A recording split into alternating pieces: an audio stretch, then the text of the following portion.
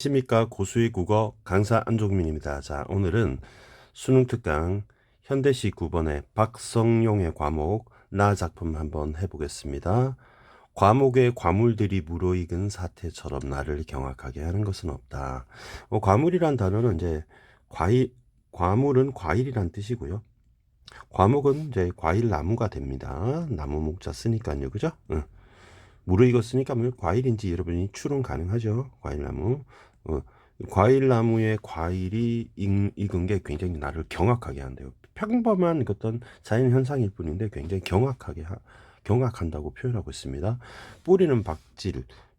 박질은 메마른 성질이라는 뜻이라고 하네요. 메마른 성질. 얇은 바탕 뭐 이렇게 해석했는데 보니까 시인이 스스로 혼자서 쓰는 말이라고 합니다. 붉은 황토의 가지들은 한낮 비바람 속에서 출렁거렸대요. 그러면 메마른 성질이라고 하는 것은 식물이 자라기에 부적절하죠. 그다음 비바람이라고 하는 건 또 출렁거리는 거니까 뭐 시련을 의미하는 것 같습니다.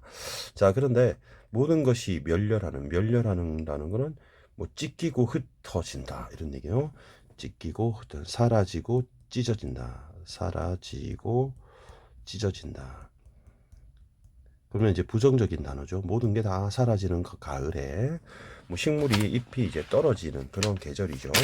그런데 황홀한 빛깔과 무게 은총이 지니겠는데 과일을 예쁜 색깔이고 결국 무게 은총이라고 표현을 했습니다. 과목의 과물들이 무르익은 사태처럼 나를 경악하게 하는 것도 아까 나왔던 구절이네요. 흔히 시를 읽고 저무는, 그럼 시를 읽고 저문다는 거는 시인이 이제 부정적인 상황을 의미하는 거죠. 그 가을에도 나는 이 과목의 기적은 시련을 극복한 그리고 탄생한 과일이죠. 시력을 회복하는 것은 좋은 의미가 되는 것이죠. 제목이 이제 과목이니까 과일나무입니다. 과일나무. 그러면 화대상심을 한번 정리해 볼까요? 화자는 화대상심, 화자는 나라고 나는 경악하게 하는 것은 없다. 나와 있네요. 대상은 과일나무, 과목 이렇게 해도 되고 또 과물 해도 되겠죠. 상황은 가을입니다. 가을이고요. 화자는 시인입니다. 화자는 시인인데 과일나무를 관찰하고 있습니다. 시를 읽고라고 했으니까 심리는 이걸 보고 경악이라고 표현을 했어요. 그리고 시력을 회복한다고 했어요. 그래서 생명의 탄생의 어떤 예찬을 하면서 자기한테 회복하는 힘이 되었다. 이렇게 얘기를 하는 것 같습니다. 자, 보기를 보면 여러분, 자연의 섭리가 생성과 소멸이라는 법칙이 있는데요. 반복과 순환을 통해 난 자연의 섭리 속에서 인간이 안정성을 가지게 된다고 했습니다. 결국 내적 성장과 결실을 통해서 허무와 절망에 빠지지 않게 되는 거죠. 자, 나 부분은 우리 과일나무에 과일이 맺는 모습에 아주 평범한 관찰 내용을 좀 경악한다고 낯설게 표현한다. 생경하다는 건 낯설게 이런 뜻입니다. 생경하다. 낯설게 표현하는 방식을 쓰고 있다. 이렇게 보시면 되겠죠? 자, 표현을 하고 문제를 풀어 보겠습니다. 과일나무의 과일들이 익어가는 사태처럼 시각적 심상이고 나를 경악하게 하는 것은 없다라고 해서 단정적인 어조를 쓰고 있습니다. 단정적 어조를 사용하고 있습니다. 뿌리는 박질, 붉은 황토에 여기 색채어가 사용되었고요. 뿌리는 바로 메마른 성질의 박토에 심어져 있고 가지들은 비바람이라고 하는 시련 속에서 출렁거렸지만 시각적 심상이 사용되었네요. 그다음에 3년 모든 것이 멸렬하는 가을에 계절적 배경이 나와 있습니다. 그는 하고 나무를 그라고 표현했네요. 의인법입니다. 인칭 대명사를 사용했습니다. 황홀한 빛깔. 빛깔을 보니까 자신이 황홀하게 느낀다는 거죠. 시각적 심상입니다. 무게 은총을 지니게 되는 은총의 무게를 지니게 되는 정도가 좋을 것 같아요. 그죠? 추상을 무게를 지니게 되는 구체적인 우리 은총은 무게를 가지지 않죠. 은총 몇 그램 이런 건 없죠. 추상의 구체화가 되고 과목의 과일들이 다시 한번 반복이 되었습니다. 그렇다 하더라도 우리 맨 마지막은 아니기 때문에 수미상관은 될 수 없겠죠. 수미상관은 아닙니다만은 연 통째로 연이 반복되었습니다. 시행이 반복되었다고 해도 좋겠습니다.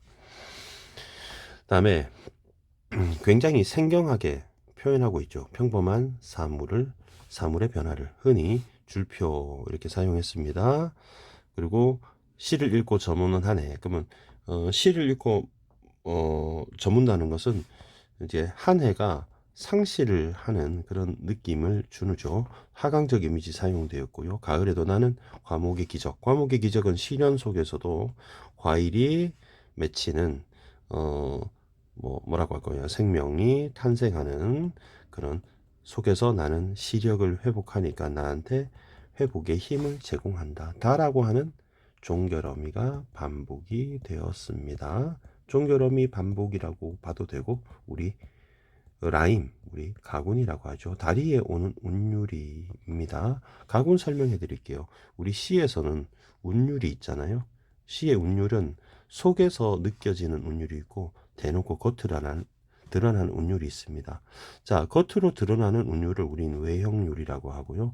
은근히 읽어보면 속에 있어서 느껴지는, 살짝 느껴지는 그런 거는 내재율이라고 합니다.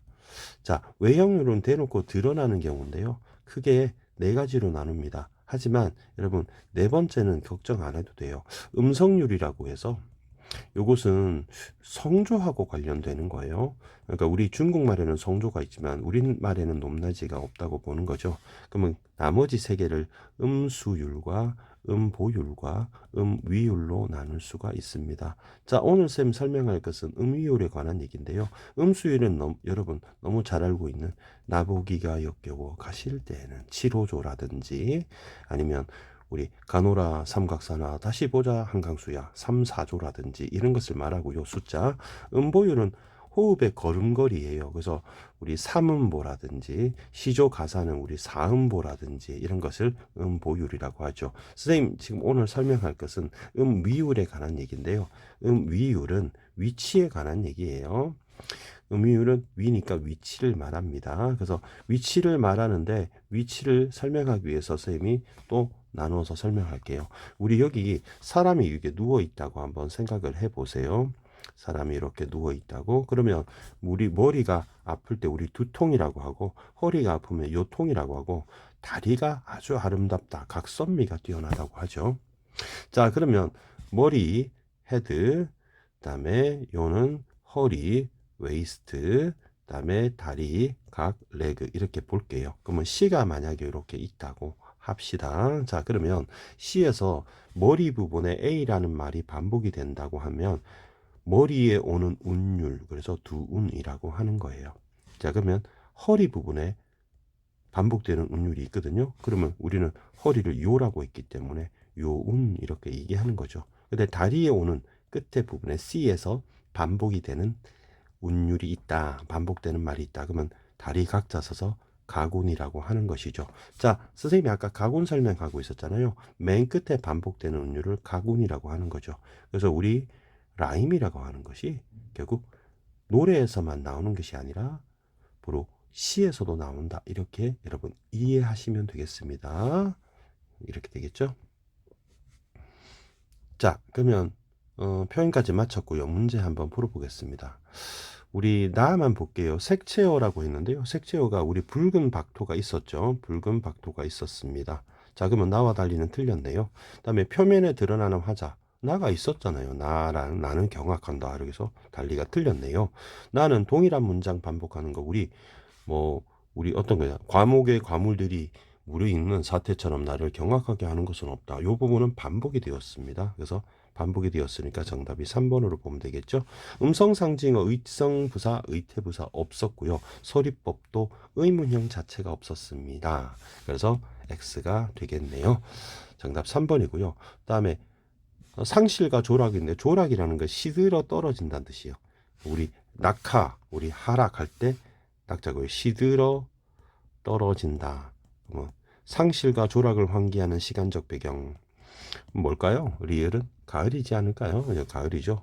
저문다고 했으니까 맞는 말이네요. 그다음에 대상에 대한 인식을 계기로 화자에게 일어난 변화. 그러면 이거 우리 우리 기적 앞에서 화자가 시력을 회복한다라고 상징적으로 얘기를 하는 것이죠. 됐습니까? 다음에 3번 문제 가겠습니다. 3번은 보겠습니다. 과목의 변화로 사태로 그에 대한 감회를 경악으로 표현했죠. 유추적 상상력, 나무하고 과일나무와 하자. 그래서 자연의 섭리를 인간에게 적용하여 인간 삶의 부정적 사건이 아니고요. 시력을 회복하는 거잖아요. 시력을 회복하는 거는 긍정적이죠. 시력을 회복하는 거는 긍정적이죠. 시력을 잃는 게 부정적이죠. 정답 3번으로 보시면 되겠고요. 그다음에 과목의 박질인 토양. 박질은 여러분 메마른 성질이라고요. 비바람에 출렁거리는 부정적 조건이잖아요. 근데 이걸 이겨내는 것은 순환적 리듬을 근거로 허무 절망에 빠지지 않는 인간의 태도와 관련된다고 볼 수 있겠죠. 자, 맞습니다. 과목이 멸렬하는 부정적 변화에도 황홀한 빛깔과 무게은총을 지니게 된 것은 내적 성장과 결실이라. 우리 과일이 맺어지게 되는 것은 결실이라 볼 수 있으니까 기대한다. 맞는 말이 되겠죠. 오늘 강의는 이것으로 마치고요. 다음 강의에서 만나보겠습니다. 고수의 국어는 항상 최선을 다할 것을 약속드립니다. 여러분 감사합니다.